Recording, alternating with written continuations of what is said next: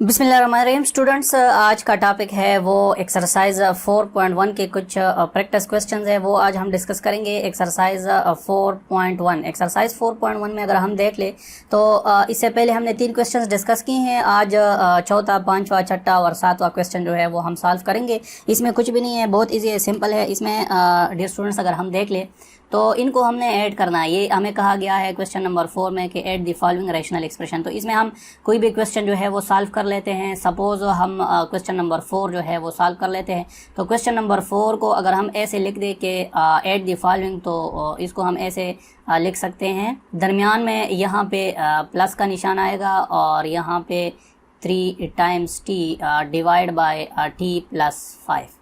तो इसमें अगर हम देख ले, यहाँ पे हमारे पास ये दोनों सेम नहीं है। अगर ये दोनों सेम नहीं है तो इसका हम एलसीएम लेंगे। तो इसका एलसीएम सिंपली हमारे पास क्या आएगा।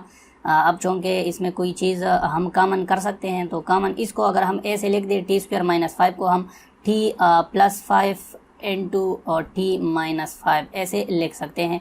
ये अभी शायद आपने नहीं पढ़ा, फार्मूले आपने पढ़े नहीं है, लेकिन अगर आप टी प्लस 5 और टी माइनस 5 को मल्टीप्लाई करें तो उससे टी स्क्वायर माइनस 25 आएगा। तो अब हम कह सकते हैं कि हम T plus 5 into t minus 5 और टी प्लस 5 इन तीनों का एलसीएम क्या लेंगे। तो इन तीनों का अभी हमने एलसीएम लेना है।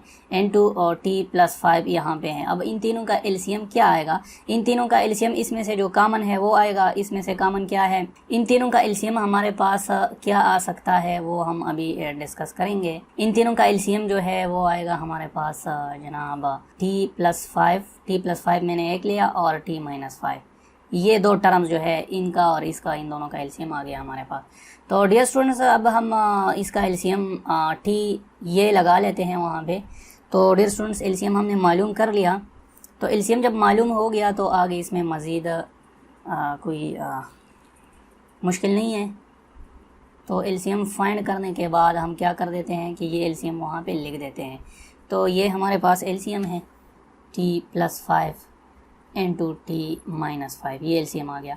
अब डियर स्टूडेंट्स, इस एलसीएम जिस तरह हम कॉमन नंबर्स को ऐड करते हैं, तो इस एलसीएम में अगर आप देख लें, ये टी प्लस 5 को अगर आप इस पे डिवाइड करें तो इससे क्या बचेगा, इससे टी माइनस 5 वाला पोर्शन बचेगा, ठीक है ना। तो टी माइनस 5 को अगर आप टी से मल्टीप्लाई करें तो टी माइनस 5 आ जाएगा। इधर दरमियान में ये प्लस का सिंबल आ जाएगा। और T plus 5 into t minus 5 को अगर टी प्लस 5 पे डिवाइड करें तो टी प्लस 5 और टी प्लस 5 कैंसिल हो जाएंगे। तो हमारे पास यहाँ पे 3t इंटू टी माइनस 5 बाकी रह जाएगा। तो डियर स्टूडेंट्स, अब सिंपल सी बात है, इसको हमने जस्ट सिंप्लीफाई करना है। टी को अगर आप यहाँ पे टी माइनस 5 के साथ मल्टीप्लाई करें तो ये हमारे पास टी स्क्वायर माइनस 5t बच जाएगा।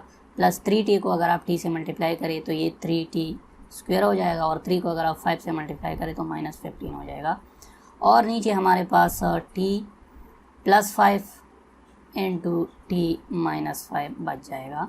इसको आप मज़ीद अगर सिंप्लीफाई करें तो टी स्क्वायर और 3t स्क्वायर, इसको आप ऐड लिख दे, 4t स्क्वायर हो जाएगा और माइनस 5t हो जाएगा और माइनस 15 हो जाएगा। और यहाँ पे आप t plus 5 into t minus 5 ये लिख सकते हैं। तो ये सिंपल जो है हमारे पास एडिशन है रैशनल एक्सप्रेशन की। डियर स्टूडेंट, नेक्स्ट क्वेश्चन हमारे पास है कि आप इनको सिंप्लीफाई करें। तो इसको हम सिंप्लीफाई कर देते हैं। इसमें से कोई भी क्वेश्चन 3 जो है वो हम यहाँ पे लिख देते हैं। तो इन्होंने जो ऑपरेशन दिया हुआ है वो मल्टीप्लिकेशन का है। तो इसको अगर हम सिंप्लीफाई करें तो ये 3x माइनस 15 इधर हमने लिख दिया और 2x प्लस 6 हमने इधर लिख दिया और मल्टीप्लाइड बाय सेकंड टर्म हम लिख देते हैं। सेकंड टर्म जो है वो x square minus 9 divide by x square minus 25 है। तो डियर स्टूडेंट्स, अगर हम इसको सिंप्लीफाई करें तो ये कैसे होगा। यहाँ से हम 3 जो है वो कॉमन ले सकते हैं ऊपर वाले से। तो 3 हमने कॉमन ले लिया और इसको हमने x माइनस 5 लिख दिया, ठीक है। यहाँ इसको हम अगर एक्स स्क्वायर माइनस यहाँ से, ठीक है, इसको भी हम सिंप्लीफाई कर देते हैं। तो एक्स स्क्वायर माइनस 9 को हम x माइनस 3 और x प्लस 3 के शक्ल में लिख सकते हैं। तो डियर स्टूडेंट्स, ये हमने एक दफ़ा इसको कर लिया। अब नीचे हम 2x प्लस 6 से 2 अगर कॉमन ले ले तो ये x प्लस 3 हो जाएगा, ठीक है।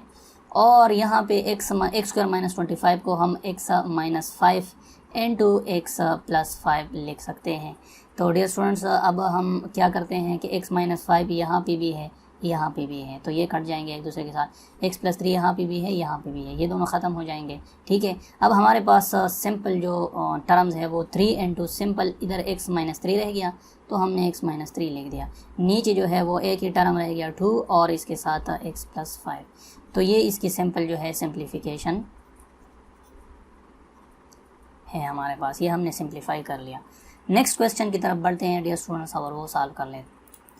डियर स्टूडेंट्स, नेक्स्ट क्वेश्चन हमारे पास है कि आप इनको सिंप्लीफाई करें। क्वेश्चन नंबर 7 जो है, तो क्वेश्चन नंबर 7 में हम कैसे इसको इनमें से कोई भी एक क्वेश्चन हम उठा लेते हैं। हमने क्वेश्चन पार्ट 3 को पिक कर लिया है और यहाँ पे लिख दिया है कि a² - 9 divide by a - 6 into a + 4 divide by a - 3 into a - 6। तो हमने ये कहा था कि अगर हम एक अलजब्रिक एक्सप्रेशन को या एक अलजब्रिक रेशनल एक्सप्रेशन को दूसरी रेशनल एक्सप्रेशन से डिवाइड करते हैं तो जो दूसरा टर्म है उसका हम रेसिप्रोकल ले लेंगे। तो डियर स्टूडेंट्स, डिवीजन को अगर आपने मल्टीप्लिकेशन में चेंज करना है तो आप जो है क्या करेंगे कि डिवीजन के साइन को मल्टीप्लिकेशन से चेंज करेंगे और यहाँ जो टर्म आएगा उसका आप रेसिप्रोकल लेंगे। तो डियर स्टूडेंट्स, ये हम एज इट इज़ दोबारा लिख देते हैं कि a² - 9 डिवाइड बाई a - 6 और a + 4। अब यहाँ पे डिवीजन के बजाय हम क्या करते हैं कि यहाँ पे मल्टीप्लिकेशन का सिंबल लिख देते हैं। मल्टीप्लिकेशन के सिंबल के बाद इसका हम रेसिप्रोकल ले लेते हैं। तो a - 3 डिवाइड बाई a - 6 का रेसिप्रोकल ये है कि आप जो डिनोमिनेटर है उसको नोमिनेटर में ले जाएं, यहाँ पे ले आए और इसको नीचे ले आए तो ये रेसिप्रोकल हो जाएगा। तो ये a - 3 इस तरह हम लिख सकते हैं। अब डियर स्टूडेंट्स, इसमें एक ही छोटी सी बात थी जो हमने कर ली, तो बाकी ये a - 6 के साथ सिंप्लीफाई हो जाएगा। यहाँ पे हम a² - 9 लिख सकते हैं और नीचे a + 4 इंटू a - 3 लिख सकते हैं। तो डियर स्टूडेंट, a² - 9 को हम मज़ीद डिवाइड कर सकते हैं और उसको हम ऐसे लिख सकते हैं। तो डियर स्टूडेंट्स, a² - 9 को हम a + 3 इंटू a - 3 के फॉर्म में लिख सकते हैं। जब हम उसको ऐसे लिख सकते हैं तो a + 4 और a - 3 हम यहाँ पे लिख देते हैं। अब डियर स्टूडेंट्स, इसमें कौन से कॉमन फैक्टर्स है जिसको हम कैंसिल करके इसको लोएस्ट टर्म के फॉर्म में ले आए। तो a - 3 कैंसिल हो गई और ये हमारे पास a + 3 और डिवाइड बाई a + 4 इसका आंसर आ गया। तो आई होप डियर स्टूडेंट्स आप लोगों ने ये समझा होगा। ये एक्सरसाइज बहुत इजी था, बहुत आसान था और इसमें कुछ भी नहीं था। बस जस्ट आपने एडिशन सीखनी है, रेशनल एक्सप्रेशन की एडिशन कैसे होती है, उनकी सब्ट्रैक्शन कैसे होती है, उनकी डिवीजन और मल्टीप्लिकेशन कैसे होती है। डिवीजन में थोड़ा सा ट्रिक ये है कि डिवाइड बाय को आप जो है मल्टीप्लाई बाय करना है और जो जिससे डिवाइड करना है यानी डिवाइडेंट का आपने रेसिप्रोकल लेना है। जस्ट ये सिंपल टेक्निक है। आई होप आप लोगों को समझ आई होगी। वस्सलाम, take care, bye bye and have